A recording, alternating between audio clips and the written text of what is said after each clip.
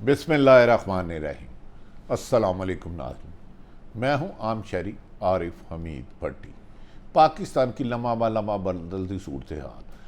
पाकिस्तान तरीके इंसाफ के चेयरमैन साबक वज़ीर आज़म इमरान खान ने CNN को अमेरिका को मुंह इंटरव्यू देते हुए मुंह तोड़ जवाब दे दिया, जिस पर अमेरिका में खलबली मच गई कि आज तक किसी की भी पाकिस्तान के लीडर की इतनी जरूरत नहीं हुई कि वो CNN पर आकर कहे कि उसकी हुकूमत को एक उनके मामूली अफसर ने डोनाल्ड ट्रंप ने तब्दील कराया, रजीम चेंज कराई है।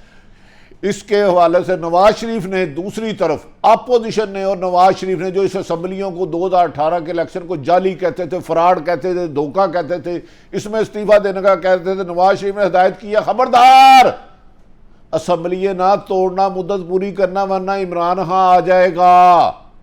अब हुकूमत और हुकूमत के इत्तेहादियों ने दावा किया है कि वो पूरी मुद्दत पूरी करेंगे और 2023 में इलेक्शन होगा, जबकि PTI का दावा है कि 700 अफराद की गिरफ्तारियों की फहरिस्त बना ली गई है और वजीर दाखिला राना सनाउल्लाह को टास्क दे दिया है। हुकूमत ने साबक वजीर आज़म इमरान खान और PTI के धरने को ताकत से कुचलने के लिए हिकमत अमली बनाते हुए इस पर अमल दरामद शुरू कर दिया है। नाज़रीन, क्या आने वाले दिनों में पाकिस्तान में अनारकी फैलाने के लिए, खून रेजी कराने की साजिश के पसे पर्दा कोई है या पाकिस्तान के सियासतदान हैं? जबकि इमरान खान साहब पहले ही ये लगा चुके हैं कि डोनाल्ड ट्रंप ने पाकिस्तान सफ़ीर को बुला के कहा था कि इमरान खान को अगर ना निकाला तो पाकिस्तान को इबरत का निशान बना देंगे। उस पर उन्हें तब्दील, उनके खिलाफ अदम एतमाद लाया गया।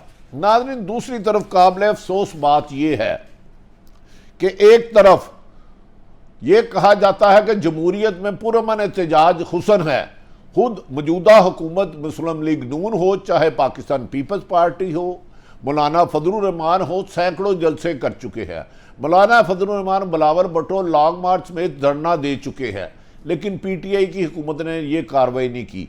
क्या इस मुल्क का अमन तबाह करने के लिए जमहूरियत का हक भी छीना जा रहा है? दूसरी तरफ सहाफ़ियों पर बड़े बड़े मुकदमात दर्ज किए जा रहे हैं, जिसे उन्हें मुल्क दुश्मन साबित किया जा रहा है। नाज़रीन, ऐसी सूरत हाल में माशी सियासी अदम इस्तेकाम और दुश्मनी में मुल्क दिवालिया होने के करीब है। कमो बेशतर 1200 अरब का दबाव पाकिस्तान के बर वक्त फैसला करने, IMF ना करने पर डल चुका है। हुकूमत में जिस वोटों को जाली कहते थे उसे कहना है हमने हुकूमत नहीं छोड़ा। अब आसफ अली जरदारी, नवाज शरीफ और मौलाना ने कहा हम हुकूमत नहीं छोड़ेंगे और हुकूमत के अपोजिशन के इत्तेहाद को कुचल देंगे। क्या यह इशारा महज मौजूदा हुकूमत और उनकी 14 जमातें या इसमें भी गैर मुल्की ताकतों का हाथ है?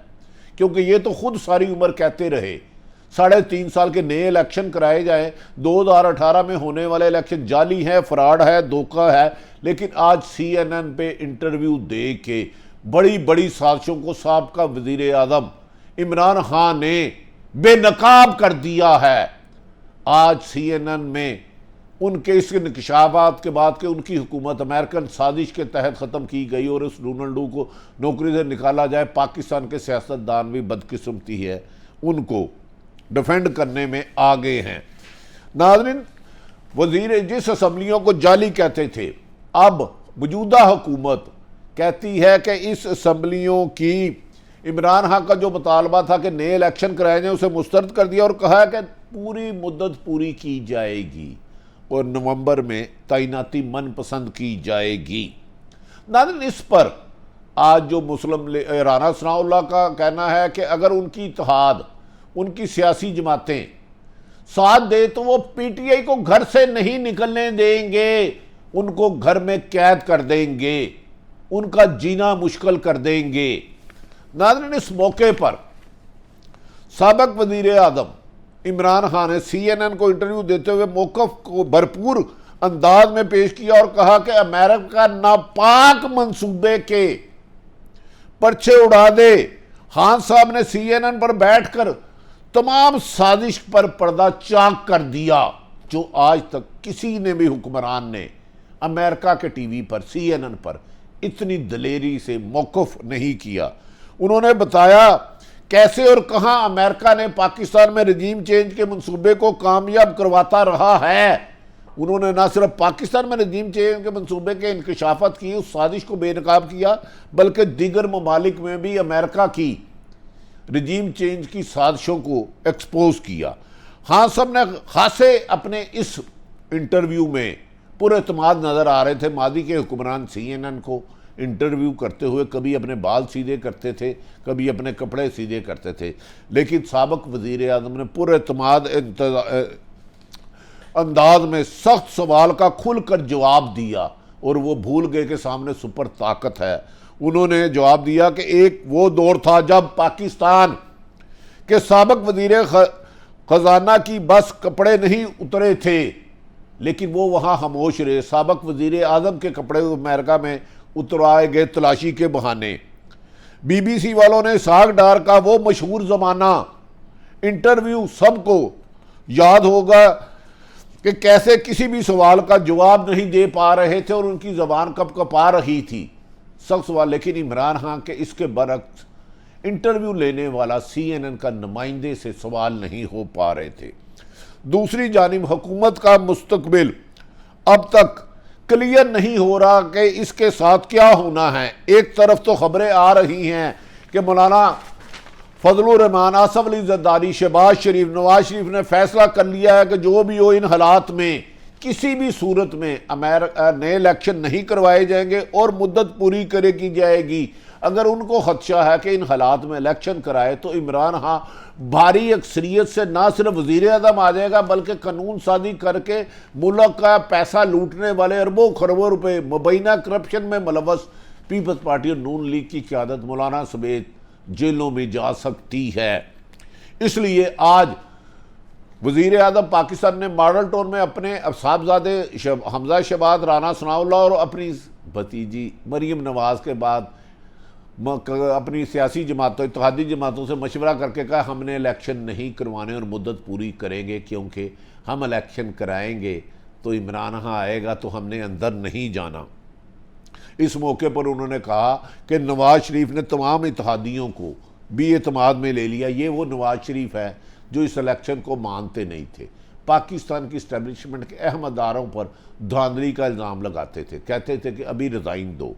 अब इस पे हुकूमत पूरी करने के ख्वाहिशमंद है, क्योंकि इन पे ऊपर अरबों रुपए जिन पर मुकदमात थे, ECL में नाम थे, ये सब लोगों ने आके पाकिस्तान को तो कंगाल कर दिया लेकिन अपने मुकदमात ख़त्म करा रहे हैं।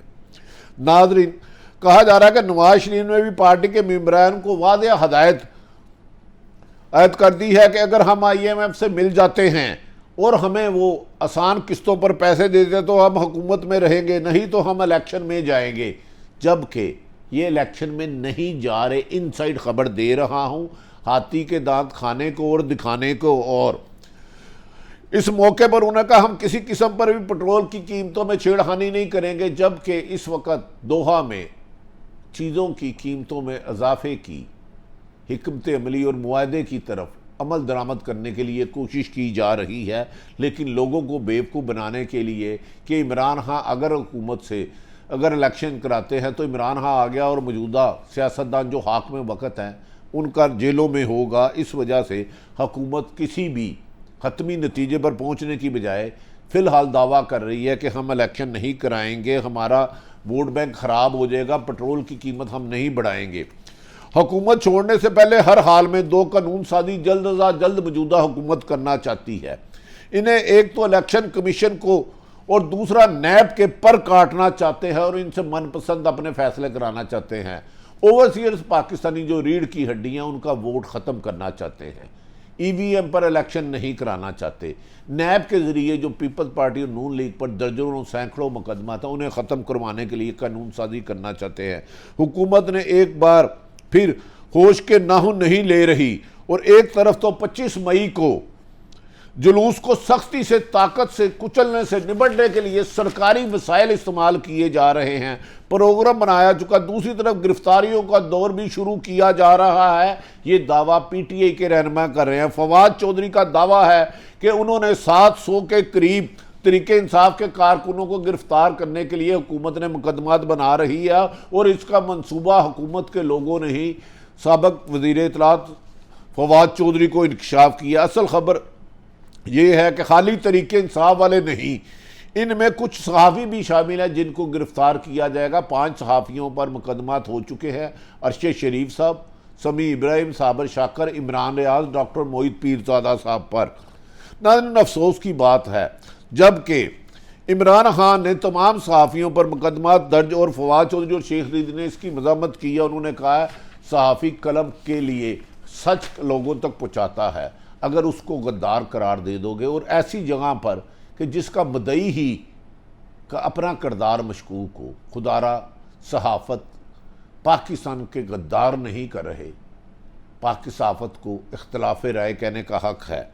नाज़रीन, दूसरी तरफ जो अहम तरीन बात कही जा रही है, इमरान खान ने कह दिया चाहे जीऊँ चाहे मरूँ, 25 मई को 3 बजे श्रीनगर हाईवे पर इस्लामाबाद पहुँचूँगा और आखिरी दम तक लड़ता रहूँगा और किसी भी ताकत के आगे सर नहीं झुकाऊँगा और इस हुकूमत को मजबूर करूँगा ये इलेक्शन कराएं।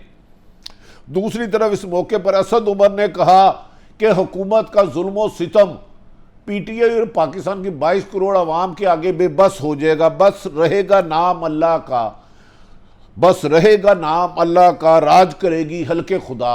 उन्होंने कहा कि हम मरने और मारने और जेलें भरने के लिए सड़कों पर आ रहे हैं और इस इम्पोर्टेड हुकूमत का वजूद पाकिस्तान के लिए नुकसानदेह है। इस मौके पर शेख रशीद ने कहा कि वो जानते हैं उनको भी मारने और गिरफ्तार करने की प्रोग्राम बना लिया है, लेकिन ताकत का इस्तेमाल हुकूमत के ख़िलाफ़ जाएगा। जितनी हुकूमत पीटीआई और पाकिस्तान के खिलाफ मौजूदा हुकूमत के ख़िलाफ़ लॉन्ग मार्च करने के ख़िलाफ़ करेंगे, उतनी ही जेलें भरेंगे, उतने ही मारे खाएंगे, लेकिन इस हुकूमत के ख़ात्मे तक पुरअमन तरीके से एहतजाज जारी रखेंगे।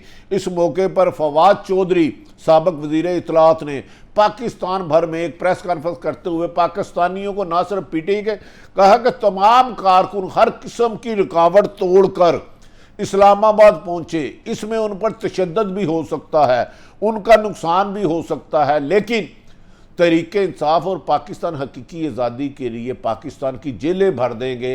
इन हुक्मरानों की जेलें कम पड़ जाएगी, लेकिन कारकुनों का हौसला पुस्त नहीं डाला जा सकता। इस हुकूमत के ख़ात्मे तक पीटीआई इमरान खान का दावा है कि वो जंग जारी रखेंगे। वो इसको इक़्तिदार में आने के लिए नहीं, पाकिस्तान की अमेरिका की ग़ुलामी और बैरूनी आकाओं के नुमाइंदों से जान छुड़वाने के लिए ये जद्दोजहद कर रहे हैं। नाज़रीन, क्या आने वाले दिनों में हुकूमत तशद्दुद से इस तहरीक को, उस लॉन्ग मार्च को रोक पाएगी?